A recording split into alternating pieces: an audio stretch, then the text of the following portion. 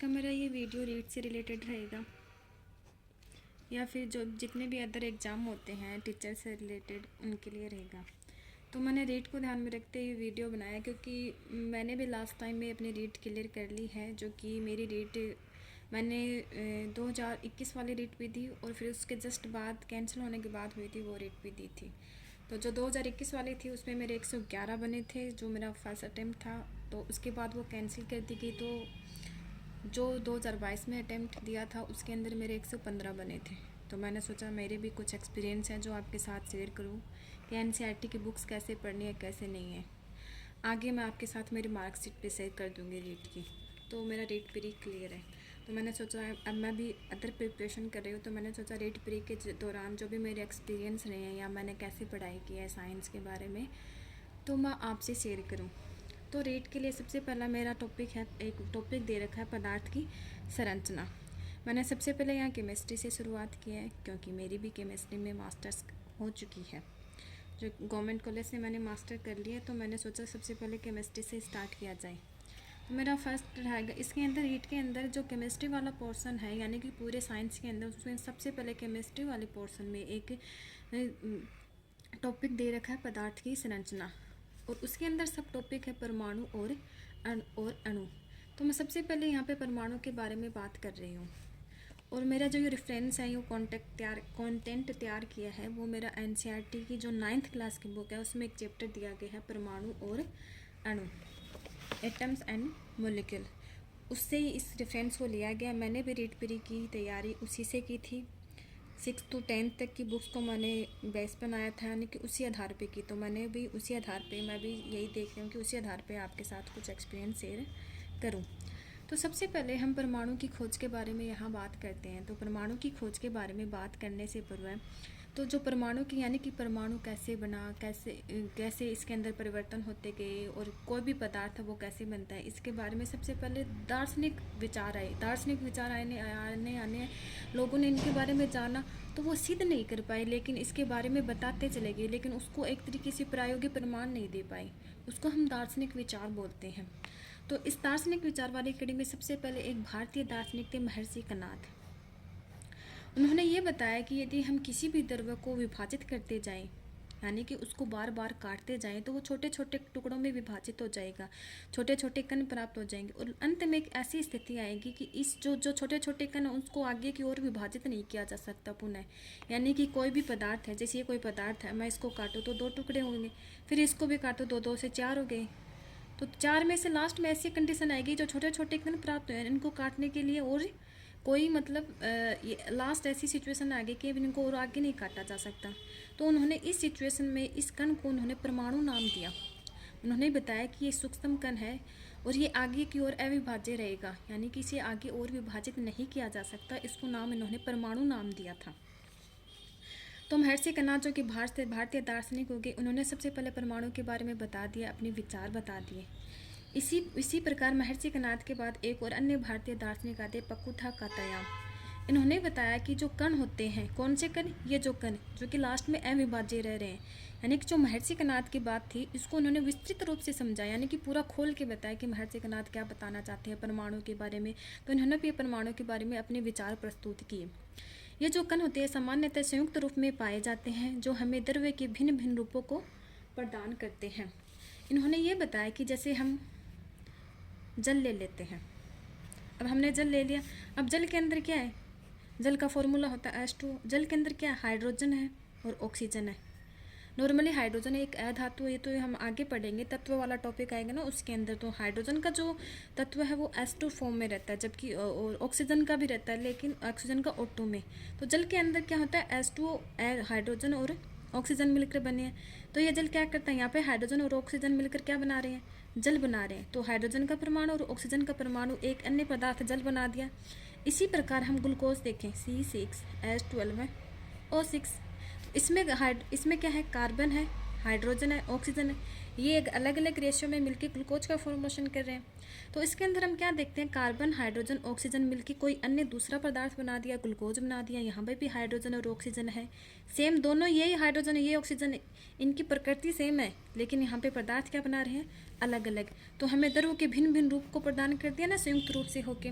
परमाणु ही है, हाइड्रोजन भी परमाणु है, ऑक्सीजन भी परमाणु है, लेकिन आपस में मिलके हमें अलग अलग भिन्न भिन्न रूप पदार्थ प्रदान कर दिया। जैसे ये भी कोई पदार्थ है जल, और ये भी कोई पदार्थ है ग्लूकोज। तो फकुदा कातायाम ने ये बात बताई थी। तो इसी कड़ी में ये दोनों भारतीय दार्शनिक थे जिनके विचार दर्शन पर आधारित थे, यानी कि इन्होंने ये परिवर्तन तो देखे पदार्थों के अंदर, लेकिन ये इनको किसी प्रयोगशाला के थ्रू प्रूफ नहीं कर पाए। इसी प्रकार से आता है Democritus and Leucippus. Democritus and Leucippus यह एक ग्रीक दार्शनिक था। तो इन्होंने भी अपने परमाणु के बारे में विचार प्रस्तुत किए। इन्होंने बताया कि द्रव्यों को विभाजित करते जाएं तो एक ऐसी स्थिति आएगी जब प्राप्त कण को पुनः विभाजित नहीं किया जा सकेगा। इस अविभाज्य कण को परमाणु नाम दिया। सेम जो महर्षि कनाद और जो फकुदा कातायाम बता रहा है वही इस ग्रीक दार्शनिक ने बात बताई कि द्रव्य यानी पदार्थों को विभाजित करते जाएं, छोटे छोटे टुकड़ों में काटते जाएं, तो लास्ट में एक ऐसी सिचुएशन आ जाती है, जैसे कि मैंने ऊपर बताया था कि जो ये लास्ट वाला जो कण प्राप्त हो रहा है, अब हम इसको और आगे नहीं काट सकते, तो इसको भी इसने क्या नाम दिया, परमाणु नाम दिया। तो ये तीनों जो अब इन नॉर्मली यहाँ से क्वेश्चन पुटअप होने का सबसे ज़्यादा यही होता है कि एटम का परमाणु सिद्धांत जो डाल्टन वाला ज़्यादा इम्पोर्टेंट है, लेकिन यदि ये भी आ जाए कि कौन से दार्शनिक थे जो कि ये समर्थन करते हैं कि परमाणु एक सूक्ष्म अविभाज्य कण है, तो तीनों दार्शनिक हो जाएंगे। महर्षि कनाद हो जाएगा, फकुदा कातायाम हो जाएगा और डेमोक्रिटस एंड ल्यूसिपस हो जाएंगे। दोनों ये ग्रीक दार्शनिक है, ये दोनों भारतीय दार्शनिक है। तो इन तीनों की जो थ्योरी थी, इन्होंने जो विचार प्रस्तुत किए, इस आधार पे ये लास्ट में ये मतलब एक स्टेटमेंट निकल के आई या परमाणु के बारे में ये बात निकल के आएगी। परमाणु या एटम है, ये ग्रीक भाषा से उत्पन्न हुआ है, यानी कि जो एटम शब्द है वो ग्रीक भाषा से उत्पन्न हुआ है, जिसमें एटोमिया का अर्थ है न काटा जाने वाला, यानी कि न काटा जाने वाला, जिसे और आगे हम नहीं काट सकते, अनकटेबल या अविभाज्य। तो इस प्रकार से ज़्यादातर यहाँ से क्वेश्चन उठने की संभावना ज़्यादा होती है कि परमाणु क्या है। कि परमाणु ग्रीक भाषा से उत्पन्न हुआ, तो कौन सी भाषा से उत्पन्न हुआ, ग्रीक से, जिसमें एटोमिया का अर्थ है ग्रीक भाषा यानी एटम, ग्रीक से भाषा से उत्पन्न हुआ, और एटोमिया का अर्थ क्या है, न काटे जाने वाला यानी अनकटेबल या अविभाज्य। अब जैसे ही इन दार्शनिकों ने अपने विचार प्रस्तुत किए जो कि एक विचारधारा पर आधारित थे, तो इसके बाद जो वैज्ञानिक थे उनके मन में ऐसे लाइक हम किसी भी चीज़ के बारे में कोई चीज़ बताते तो उसको ये तो देखेंगे ना, ये प्रूफ सत्य है या असत्य है। तो इनसे रिलेटेड करने के लिए वैज्ञानिकों के मन में ऐसे सवाल उठाए कि परमाणु कैसे बनते हैं, कैसे आपस में मिलते हैं, उनका संयोजन कैसे बनता है, वो दोनों आपस में मिलते हैं तो क्या बनाते हैं, यौगिक बनाते हैं, कि तत्वों का मिलना कैसे होता है। तो इस आधार पर अलग अलग मतलब वैज्ञानिकों ने अपनी खोज प्रारंभ कर दी।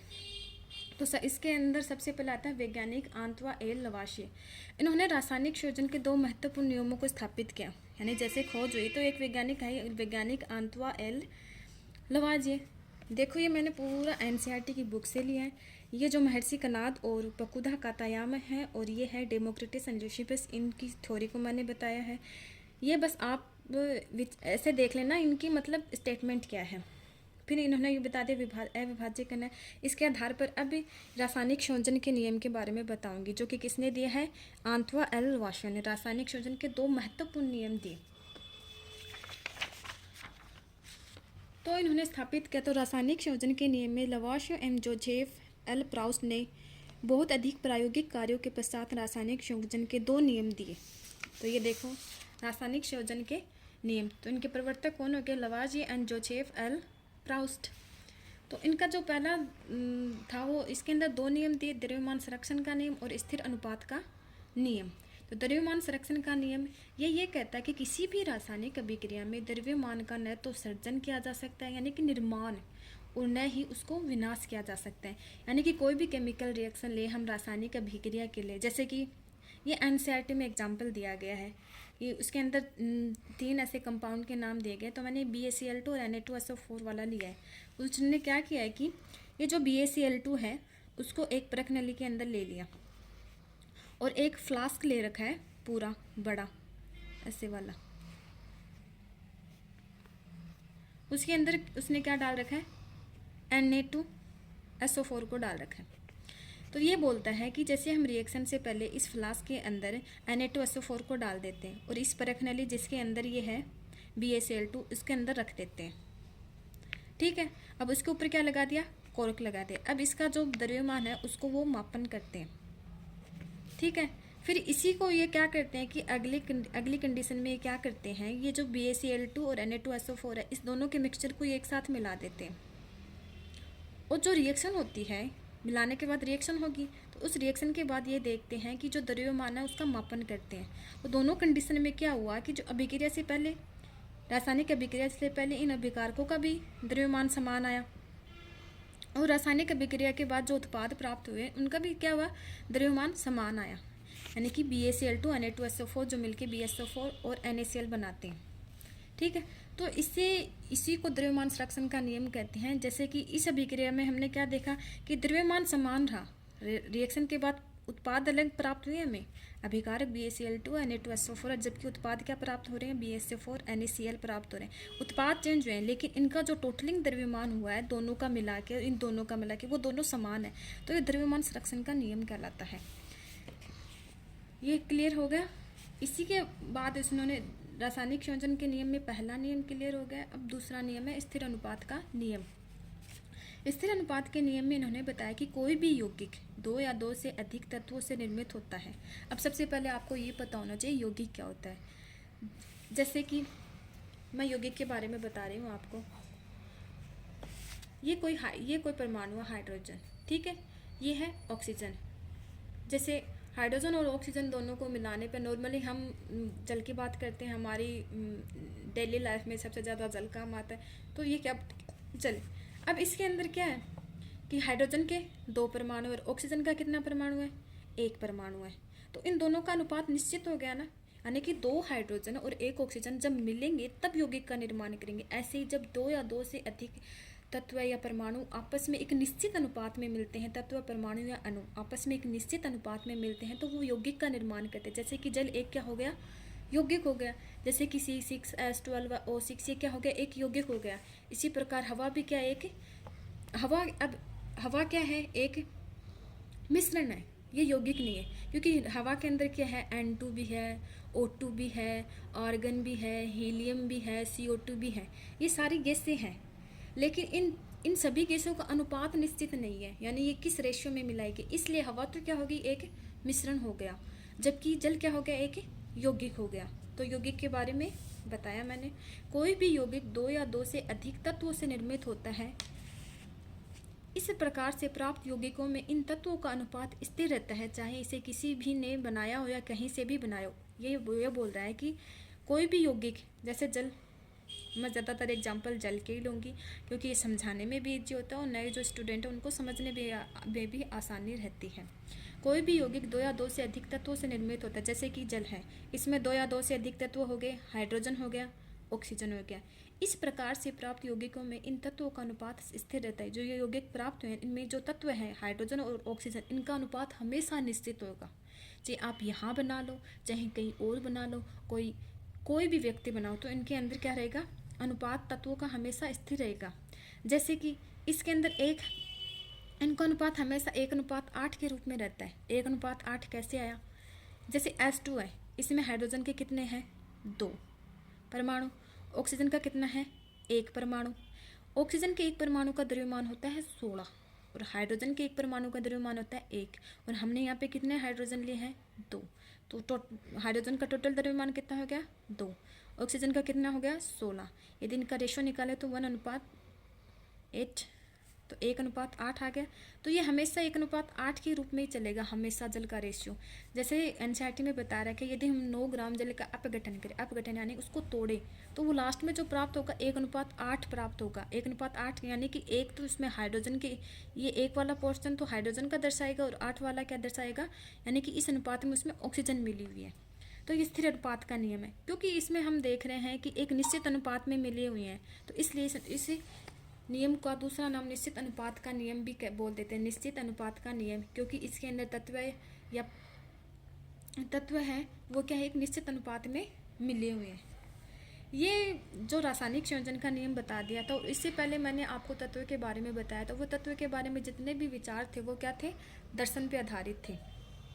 तो इससे आगे हम रासायनिक संयोजन के दोनों नियमों की बात हो चुकी है। ये देखिए एनसीईआरटी में भी कुछ इसी तरह बता रखा है। रासायनिक संयोजन का द्रव्यमान संरक्षण का नियम, ये जो मैंने एग्जाम्पल बताया है वो, और ये द्रव्यमान संरक्षण नियम के बारे में स्टेटमेंट कि किसी भी रासायनिक अभिक्रिया में द्रव्यमान का न तो सर्जन किया जा सकता और न ही विनाश। ये जो मैंने BaCl2 और Na2SO4 वाला एग्जाम्पल बताया वो है।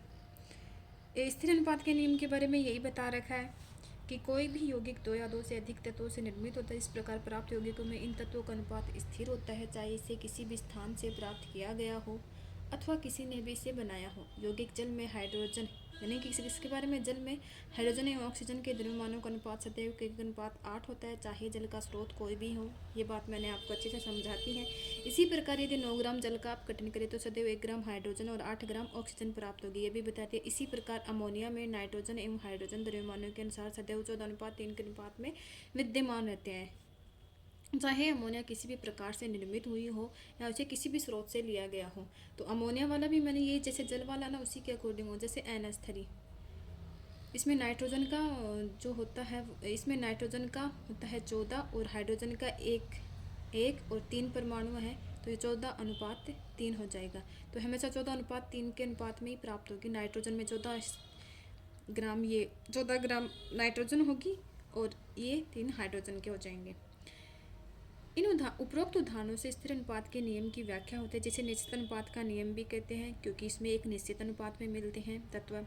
प्राउस्ट ने इसके बारे में क्या किया? प्राउस्ट ने इस नियम को इस प्रकार से व्यक्त किया कि किसी भी यौगिक में तत्व सदैव एक निश्चित द्रव्यमानों के अनुपात में विद्यमान होते हैं। निश्चित द्रव्यमान हो गया ना, इनका द्रव्यमान हमेशा फिक्स रहता है, तत्वों का द्रव्यमान हमेशा फिक्स रहता है। जैसे मैंने H2O के संबंध में भी बताया था आपको, इसमें हाइड्रोजन का 1 था तो 2 हाइड्रोजन है तो 2, और ऑक्सीजन का 16 था, 1:8 का रेशियो प्राप्त हो। तो द्रव्यमान से प्राप्त हो रहा है ना, तो द्रव्यमान हमेशा निश्चित रहते हैं, इसका भी द्रव्यमान हमेशा निश्चित रहता है। तो किसी भी यौगिक में तत्व सदैव एक निश्चित द्रव्यमानों के अनुपात में विद्यमान होते हैं। तो ये तो हो गई रासायनिक संयोजन के दोनों नियमों की बात।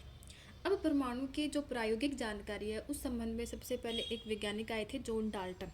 उन्होंने अपना एक सिद्धांत दिया था जिसे जॉन डाल्टन का परमाणु सिद्धांत कहते हैं। अब जॉन डाल्टन के परमाणु सिद्धांत ये इम्पोर्टेंट है, यानी कि ये माने कि परमाणु की खोज के संबंध में तो डाल्टन का नाम आता है सबसे पहले, और यहाँ से क्वेश्चन पुटअप होने के काफ़ी चांसेस रहते हैं। इसके प्रवर्तक हैं जॉन डाल्टन, जो कि एक अंग्रेजी रसायनज्ञ थे। इन्होंने मतलब जो अपना सिद्धांत बताया था, ये डाल्टन का परमाणु सिद्धांत, इन्होंने भी वही बात बताई महर्षि कनाद, पकुता कातायाम और लुसिफस और डेमोक्रिटस ने बताई थी। लेकिन उन्होंने इसका क्या किया? प्रायोगिक सत्यापन किया, यानी कि प्रयोग द्वारा बताया। और जो ये रासायनिक संयोजन के दोनों नियम हैं, इनकी भी बहुत अच्छे से इन्होंने विस्तृत व्याख्या की, यानी बहुत अच्छे से समझाया। इसलिए ये इनका सिद्धांत सफल, एक तरीके से सफल माना जा सकता है इस बारे में।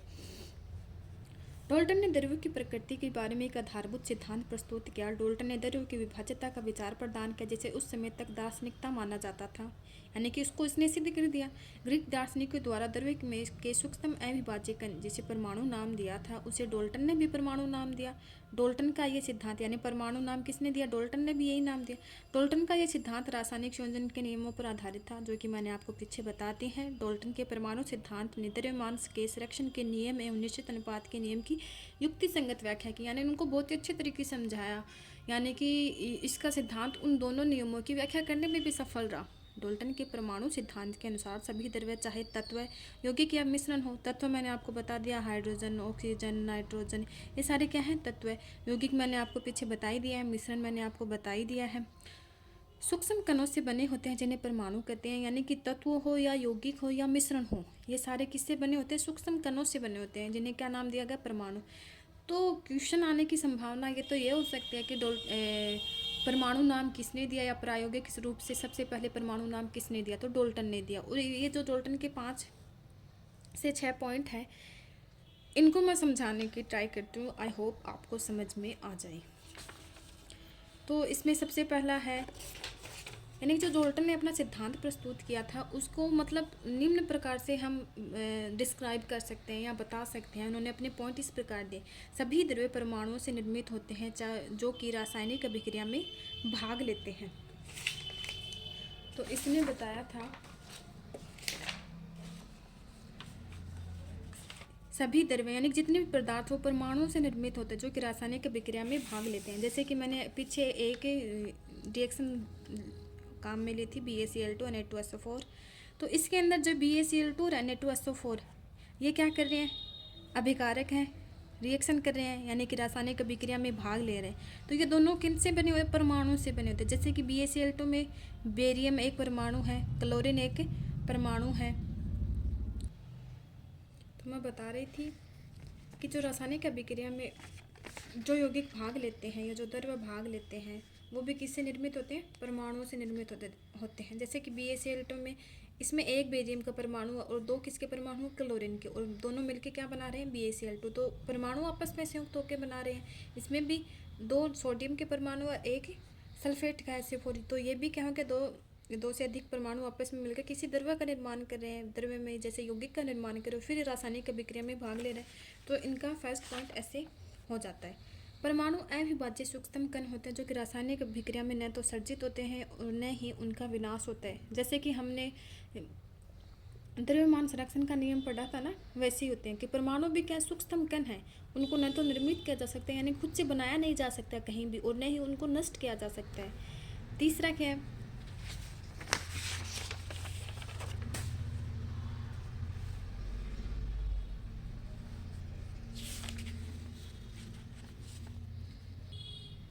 दो पॉइंट क्लियर हो गए। अब तीसरा, दिए गए तत्व के सभी परमाणुओं का द्रव्यमान एवं रासायनिक गुणधर्म समान होते हैं। यानी कि दिए गए तत्व के सभी परमाणुओं का द्रव्यमान एवं रासायनिक गुणधर्म हमेशा क्या होते हैं, समान होते हैं।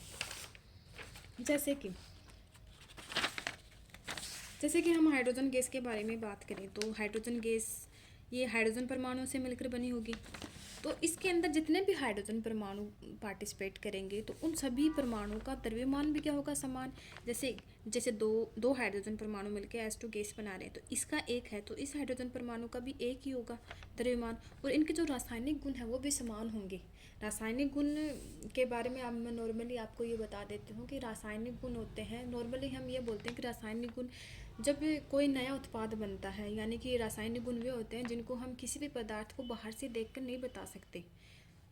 उसके लिए हमें केमिकल उनकी रिएक्शन करवानी होती है। जैसे कि उसमें जलना एक किसी भी पदार्थ का रासायनिक गुण है। जैसे कि हाइड्रोजन गैस को ले लो, या हाइड्रोजन गैस क्या होती है, जलाने में जब ये जलती है तो पॉप की धमनी के साथ जलती है, तो इसको ये जलाने में जलती है, इसलिए इसका रासायनिक गुण हो गया। इसी प्रकार से ऑक्सीजन ले लो, वो स्वयं नहीं जलती, लेकिन किसी अन्य पदार्थ को जलाने में हमें ईंधन को जलाने के लिए, किसी भी पदार्थ को जलाने के लिए ऑक्सीजन की आवश्यकता होती है, लेकिन वो स्वयं नहीं जलती। तो ये दोनों इनके क्या हो गए, रासायनिक गुण हो गए।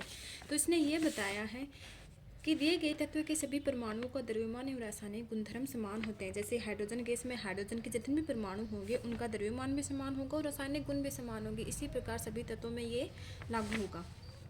रासायनिक गुण जैसे जलना, जैसे जंग लगने की जो रिएक्शन होती है, ये एक नया प्रोडक्ट बन रहा है तो उसमें भी क्या हो गया, रासायनिक गुण हो गया। कोई पदार्थ कितना अम्लीय है, कितना क्षारकीय है, तो ये भी उनके क्या हो गए, रासायनिक गुण हो गए।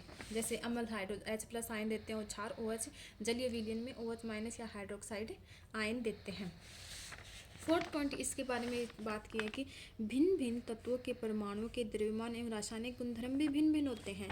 तो ये बोल रहा है कि जैसे कि मैं आपसे जल की बात करूँ, जल में दो तत्व भाग ले रहे हैं, एक तो हाइड्रोजन और एक ऑक्सीजन।